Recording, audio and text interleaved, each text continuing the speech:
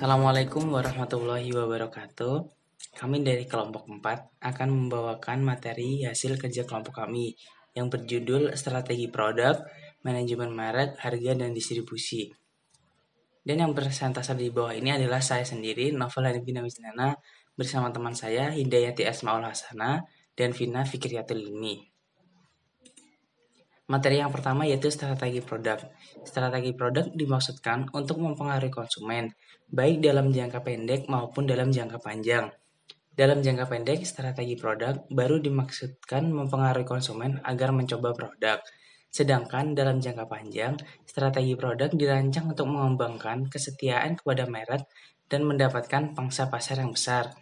Aspek yang paling menentukan dalam merancang strategi produk melibatkan analisis hubungan konsumen dan produksi.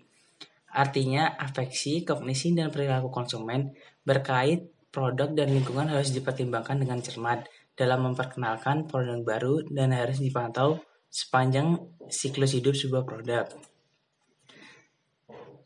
Langkah-langkah penting untuk menciptakan produk baru. Yang pertama yaitu mengembangkan ide, di mana kita sebelum mengembangkan suatu produk, kita harus menentukan suatu ide produk, sehingga nantinya suatu produk menjadi lebih baik dan memuaskan para konsumen. Langkah selanjutnya yaitu menilai kelayakan ide produk. Jadi, kita sebelum membuat suatu produk itu harus mempersiapkan atau mengadakan suatu penilaian sehingga nanti suatu produk itu kita tidak mengalami yang namanya biaya ataupun kerugian dalam melakukan pemasaran. Langkah selanjutnya, siklus kehidupan produk. Siklus kehidupan produk biasanya memiliki 4 fase khusus, yakni yang pertama yaitu pengenalan. Fase pengenalan adalah metode awal di mana konsumen diinformasikan untuk mengenai produk yang baru. Promosi produk tersebut dimaksudkan untuk memperkenalkan produk dan membuat konsumen menyadari akan keberadaannya. Yang kedua yaitu fase pertumbuhan. Fase pertumbuhan adalah periode di mana penjual produk naik dengan sangat cepat. Pemasaran sebuah produk biasanya dimaksudkan untuk memperkuat karakteristik produk. Langkah yang ketiga yaitu fase kedewasaan. Fase kedewasaan adalah periode di mana produk persaing tambahan telah memasuki pasar dan tingkat penjualan produk terhenti karena lebih banyak persaingan. Dan yang terakhir yaitu fase penurunan. Fase penurunan adalah periode di mana penjualan produk tersebut turun, baik karena berkurangnya permintaan konsumen terhadap jenis produk, maupun karena bertambahnya pesaing di pasaran. Jika perusahaan tidak mempersiapkan penurunan pada beberapa produknya, maka mereka akan mengalami penurunan secara mendadak dalam bisnisnya. Bab selanjutnya yaitu diferensiasi produk. Pengertian diferensiasi produk adalah upaya dari sebuah perusahaan untuk membedakan produknya dari sebuah perusahaan, yaitu untuk membedakan produknya dari produk pesaing dalam suatu sifat yang membuatnya lebih diinginkan. Beberapa produk dibedakan dari produk pesaing oleh kualitasnya. Jadi semua perusahaan mencari beberapa jenis keunggulan kompetitif yang dapat membedakan produk mereka dengan produk lainnya. Berikut ini adalah beberapa metode yang lebih umum digunakan untuk membedakan suatu produk. Yang pertama yaitu rancangan unik. Beberapa produk dibedakan oleh rancangan mereka. Pertimbangan pengembangan perumahan yang membangun rumah dan menjualnya setelah diselesaikan. Pengembangan tersebut berusaha membangun perusahaan yang dapat memuaskan kembali. Langkah yang kedua yaitu kemasan unik. Strategi pengembangan dalam menentukan kesuksesan atau kegagalan sebuah produk, khususnya untuk produk yang tingkat kualitasnya sama, dalam upaya untuk membedakan diri mereka dalam persaingan. Beberapa perusahaan telah mengemas ulang berbagai produk bahan makanan dalam wadah yang tahan pecah atau mudah dibuang. Langkah yang selanjutnya yaitu merek unik. Merek adalah metode untuk mengidentifikasi atau membedakan berbagai produk dari produk pesaing. Merek biasanya diwakili oleh nama atau simbol, semisal merek dagang. Merek dagang adalah bentuk merek yang mengidentifikasikan bahwa produk tersebut dilindungi secara hukum untuk digunakan oleh perusahaan lain. Dan yang terakhir yaitu manfaat merek. Merek sangat bermanfaat untuk membedakan sebuah produk jika hanya ada beberapa pesaing utama. Misalnya banyak konsumen hanya memilih di antara 2 atau 3 dari beberapa produk. Sekian dari presentasi saya.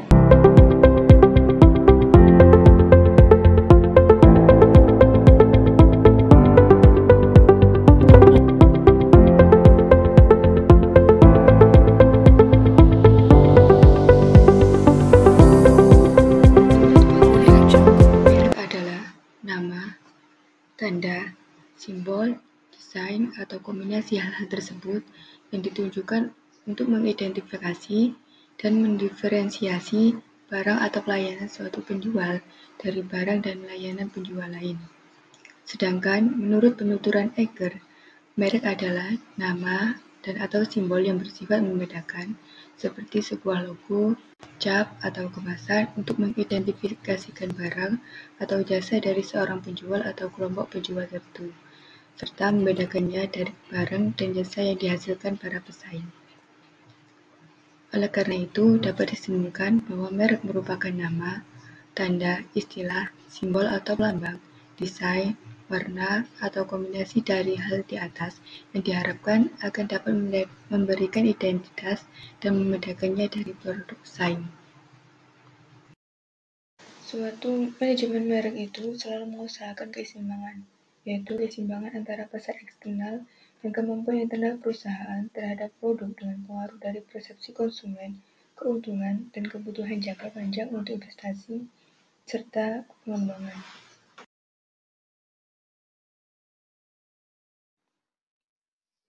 Memahami arti dari suatu merek, maka merek itu dapat dipahami dalam 3 hal berikut ini. Yang pertama yaitu merek itu bisa diartikan sebagai brand name, seperti yang kita ketahui pada umumnya, yaitu contoh dari brand name ini seperti Aqua, Bata, Rinso, Bagus, Mr. Baso, KFC, Toyota, Gucci, dan lain sebagainya. Selain sebagai brand name, merek juga bisa diartikan atau bisa dikenal sebagai simbol atau merek. Contohnya yaitu gambar atau simbol sayap pada motor Honda, gambar jendela pada Windows, simbol orang tua berjenggot pada brand orang tua, serta simbol bulatan hijau pada Sony Ericsson dan lain-lain. Selain dari kedua hal yang baru disebutkan, merek juga dapat dipahami sebagai karakter dagang. Contohnya yaitu karakter Sidomar pada Indomaret, serta burung dan kucing pada produk makanan Gering. Pembahasan selanjutnya yaitu mengenai tujuan merek. Sebenarnya apa sih tujuan dari suatu merek itu? Berikut ini merupakan beberapa tujuan dari suatu merek. Yang pertama, tujuannya yaitu untuk membangun kesadaran merek. Tujuan dari membangun kesadaran merek adalah untuk mendominasi pasar dan memudah proses penjualan. Setelah kita membangun kesadaran dalam pasar, maka kesadaran tersebut otomatis akan menjadi pelindung bagi kelangsungan bisnis kita. Rupanya, hal ini disebabkan karena brand kita akan selalu mendapatkan perhatian dari pasar dan juga brand kita akan selalu dipercaya oleh pelanggan. Kemudian, tujuan yang kedua yaitu untuk menciptakan koneksi emosional. Ketika konsumen membeli produk atau jasa layanan kita berdasarkan dari perasaan dan hubungan mereka dengan bisnis kita, maka telah menimbulkan koneksi emosional. Sedangkan untuk menciptakan hubungan emosional merupakan suatu bagian yang penting dari strategi branding bisnis kita. Kemudian tujuan yang ketiga yaitu untuk membedakan produk Anda. Pada saat konsumen telah memahami mengapa produk atau jasa berbeda dengan yang lain atau bahkan lebih baik, maka mereka akan selalu memiliki alasan untuk membeli produk. Dan hal inilah yang akan membuat bisnis pada posisi yang aman, karena pelanggan akan selalu memiliki alasan yang jelas untuk membeli produk kita. Tujuan selanjutnya yaitu untuk menciptakan kredibilitas dan kepercayaan. Dalam strategi branding, harus tahu bagaimana untuk merencanakan dan mengembangkan kredibilitas dan kepercayaan. Pada dasarnya, brand atau merek adalah reputasi yang dihasilkan dari janji yang telah dibuat dan dirawat secara konsisten. Hal ini dapat menciptakan pengakuan dari pasar dan mereka akan mampu mengenali nama merek dan simbol visual seperti logo, warna, kemasan, atau produk. Dan tujuan terakhir dari suatu merek ini yaitu merek ini dapat menjadi motivasi bagi pembeli. Merek merupakan alat pemasar yang sangat efektif dan efisien untuk membangun minat, gengsi, motivasi, dan daya tarik pembelian bagi pelanggan. Bahkan, mereka akan tetap termotivasi untuk membeli produk kita sekalipun produk belum diluncurkan di pasaran. Bahasan selanjutnya yaitu tentang manfaat merek. Manfaat merek ini ada dibagi menjadi dua, yaitu manfaat secara ekonomis dan manfaat secara fungsional. Untuk manfaat secara ekonomis, yaitu suatu merek ini merupakan sarana bagi perusahaan untuk saling bersaing memperebutkan pasar. Selain itu, relasi antara merek dan konsumen dimulai dengan penjualan premium. Harga bisa berfungsi layaknya asuransi risiko bagi perusahaan. Kemudian, manfaat merek secara fungsional yaitu merek dapat memberikan peluang bagi diferensiasi. Kemudian, merek bisa memberikan jaminan kualitas. Lalu, pemasar merek berempati dengan para pemakai akhir dan masalah yang akan diatasi merek yang ditawarkan. Selain itu, manfaat dari merek yaitu suatu merek dapat memfasilitasi ketersediaan produk secara luas. Menurut Coulter, ada 5 keputusan yang perlu diambil dalam pengolahan merek. Pertama dan paling mendasar adalah perlu atau tidaknya memberikan merek pada produk. Sebenarnya, pemberian merek ini sangat perlu dilakukan bagi kita. Mereknya kuat, selain memberi nilai, mereka juga bermanfaat bagi pelanggan, perantara, produsen maupun publik. Namun demikian, tidak semua produk memerlukan merek. Ada beberapa produk generik yang cukup diberi label saja, seperti makanan burung, garam beriodium, minyak curah, dan lain-lain. Setelah dirasa perlu untuk memberikan merek pada produk kita, maka langkah selanjutnya dipilih yaitu memilih sebuah merek. Merek apapun itu selayaknya mengandung sifat-sifat berikut ini. 1. Yaitu mencerminkan manfaat dan kualitas. Contohnya yaitu Sunsilk, Power Max, dan Lux. Yang kedua, merek ini sebaiknya dipilih yang singkat dan sederhana. Kemudian yang ketiga yaitu mudah diucapkan, didengar, dibaca, dan diingat. Contohnya yaitu Sony Ericsson, Susu Bendera, Kijang, dan lain-lain. Yang keempat, sebaiknya merek ini dipilih yang memiliki kesan berbeda dari merek-merek yang sudah ada. Contohnya yaitu Kodak, Kijang, Action, dan lain-lain. Yang kelima, kita harus memilih merek yang sekiranya mudah untuk diterjemahkan ke dalam bahasa asing dan tidak mengandung konotasi negatif dalam bahasa asing. Dan yang pilihan terakhir nih, merek ini harus bisa didaftarkan dan mendapat perlindungan hukum sebagai hak paten. Kita tahu merek apa yang kita pilih, yang kita pakai untuk menamai produk kita, maka selanjutnya kita akan melakukan pensponsoran merek. Ada 4 pilihan sponsor merek.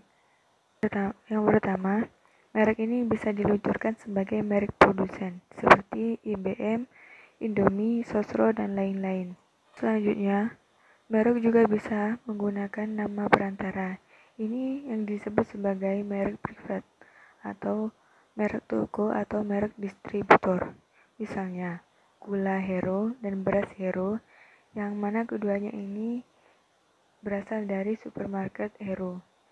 Selain itu ada roti Aro yang dari Makro, kemudian kopi Ngesti yang dari Swalayan New Ngesti, dan lain-lain.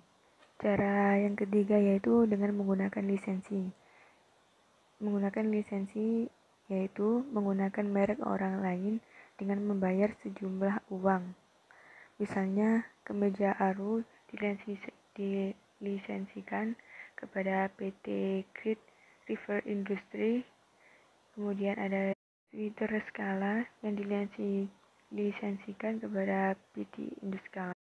Cara pensponsoran merek lainnya nih, yaitu dengan merek bersama. yaitu dengan menggabungkan merek yang sudah mapan dari dua perusahaan yang berbeda.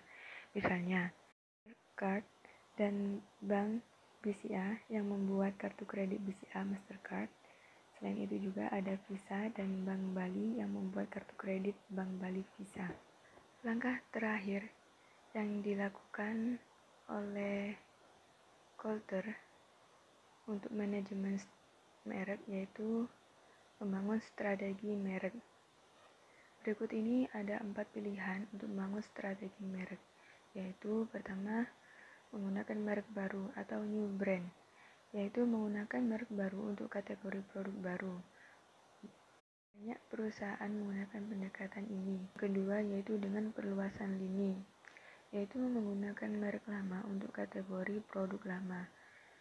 Misalnya, PT Bayer Indonesia menggunakan pendekatan ini, yaitu untuk kategori obat nyamuk. Jadi, setiap produk yang baru muncul tetap menggunakan merek Baygon. Contoh lainnya yaitu Caterpillar, yaitu perusahaan pembuat bulldozer di mana setiap produk baru diberi merek Caterpillar. Strategi yang ketiga yaitu dengan perluasan merek, yaitu menggunakan merek yang sudah ada untuk produk baru atau strategi menjadikan semua produk memiliki merek yang sama. Misalnya Masion, apapun produk yang dihasilkan oleh produsen Masion seperti kipas angin, ember, plastik, kompor gas, lampu listrik, dan lain-lain, mereknya tetap menggunakan Masion. Dan strategi yang terakhir yaitu multi-merek. Multi-merek yaitu menggunakan merek baru untuk kategori produk lama. Dalam pendekatan ini produknya sama, tetapi mereknya berbeda, sehingga sebuah perusahaan bisa memiliki beberapa merek untuk produk yang sama. Contohnya untuk kategori mie, Indofood memproduksi Indomie, Sarimi, Supermie, Popmie, dan Topmie. Ini berarti perusahaan tersebut menggunakan pendekatan multi-merek untuk kategori produk mie. Selanjutnya, saya akan menjelaskan tentang manajemen harga, meliputi 1. Pengertian harga. Harga adalah jumlah uang yang dibutuhkan untuk mendapatkan sejumlah kombinasi dari produk dan pelayanannya. 2. Tujuan penetapan harga, meliputi 1. Meningkatkan penjualan. 2. Mempertahankan dan memperbaiki market share. 3. Stabilitas harga. 4. Mencapai target pengembalian investasi. 5. Mencapai laba maksimum. Yang ketiga, faktor-faktor yang mempengaruhi tingkat harga. A. Keadaan perekonomian sangat mempengaruhi tingkat harga yang berlaku di pasaran. B. Penawaran dan permintaan. Permintaan adalah sejumlah barang yang dibeli oleh pembeli pada tingkat harga tertentu. Penawaran adalah suatu jumlah yang ditawarkan oleh penjual pada suatu tingkat harga tertentu. Elastisitas permintaan. C. Elastisitas permintaan meliputi inelastis, yaitu perubahan harga akan mengakibatkan perubahan yang lebih kecil pada volume penjualannya, yang jadinya perubahan volume penjualan dalam perbandingan yang lebih besar. Yang ketiga, unitary elasticity. Perubahan harga akan menyebabkan perubahan jumlah yang dijual dalam proporsi yang sama. D. Persaingan. Persaingan dibagi menjadi 3, yaitu persaingan tidak sempurna. Untuk barang-barang yang dihasilkan dari pabrik dengan merek tertentu, kadang-kadang mengalami kesulitan dalam pemasarannya. Yang kedua, oligopoli. Beberapa penjual menguasai pasar sehingga harga yang ditetapkan dapat lebih tinggi daripada kalau dalam persaingan sempurna. Yang ketiga, monopoli.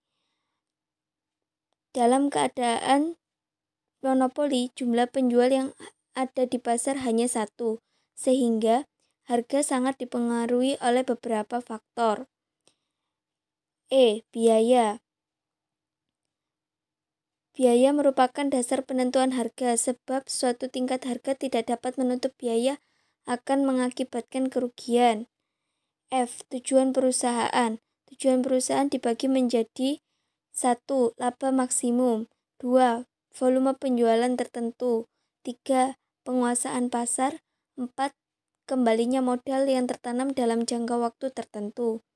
G. Pengawasan pemerintah dapat diwujudkan dalam bentuk penentuan harga maksimum dan minimum, diskriminasi harga, serta praktek-praktek lain yang mendorong dan mencegah usaha-usaha ke arah monopoli. Yang keempat, keputusan tentang harga. Ada beberapa keputusan yang menyangkut penentuan harga, termasuk harga tertentu yang dibebankan kepada masing-masing produk atau jasa yang dipasarkan. 5.